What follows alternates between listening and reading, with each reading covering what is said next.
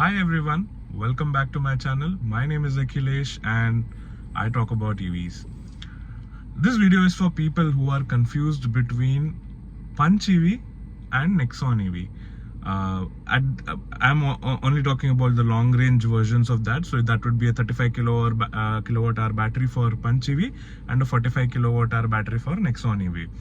So if you look at it, both vehicles are, in terms of cabin space, not very different. Of course, Punch is a little smaller than Nexon. Nexon is a little longer, but as such, it is in that range where people are ought to get confused, because the top end of Punch EV is, cost.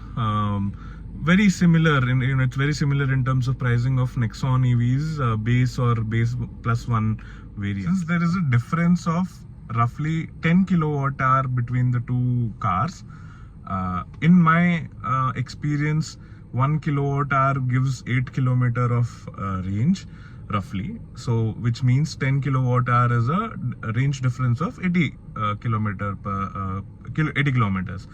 Now that could be plus minus 20-30 kilometers depending on how you drive, but in general I believe that 1 kilowatt hour gives 8 kilometer of range.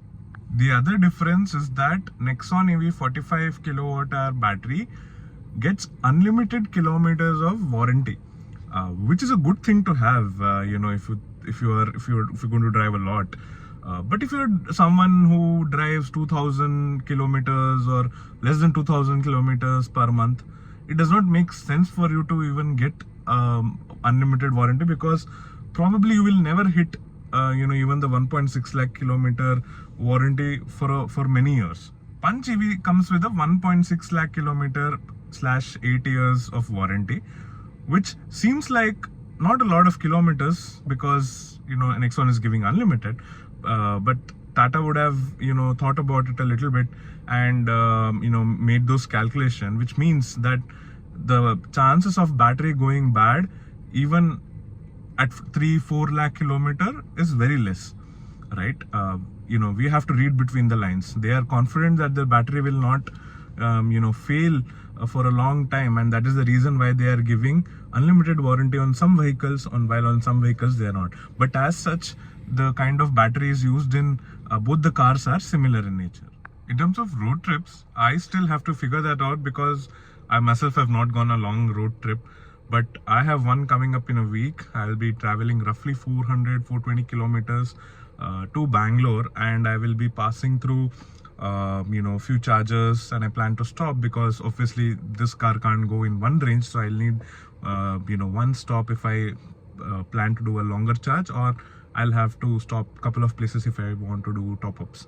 So that is one benefit of this car, is that compared to the battery size, it charges very quickly, right? So the larger the battery you have, the longer it takes for the car to charge, unless the car can charge at 2 times its capacity. For example, I think the Mahindra BE6, BE9 can charge even at 150 kilowatt DC chargers, while Nexon EV can still only charge up to 60 kilowatt hour, which is like roughly it should give you usable of 50 kilowatt or 55 kilowatt at a time. So that's about it.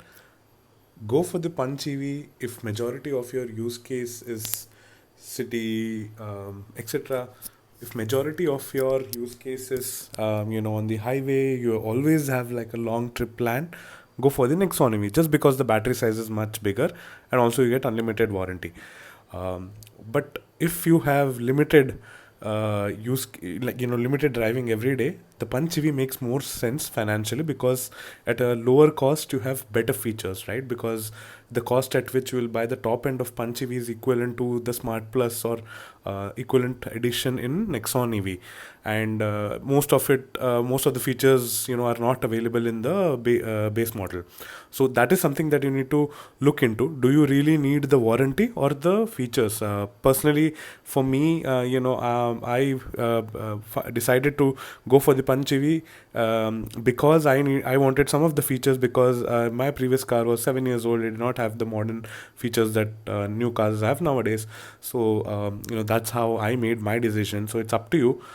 Look at what I would also suggest is look at your 95% use case and not your 5% use case.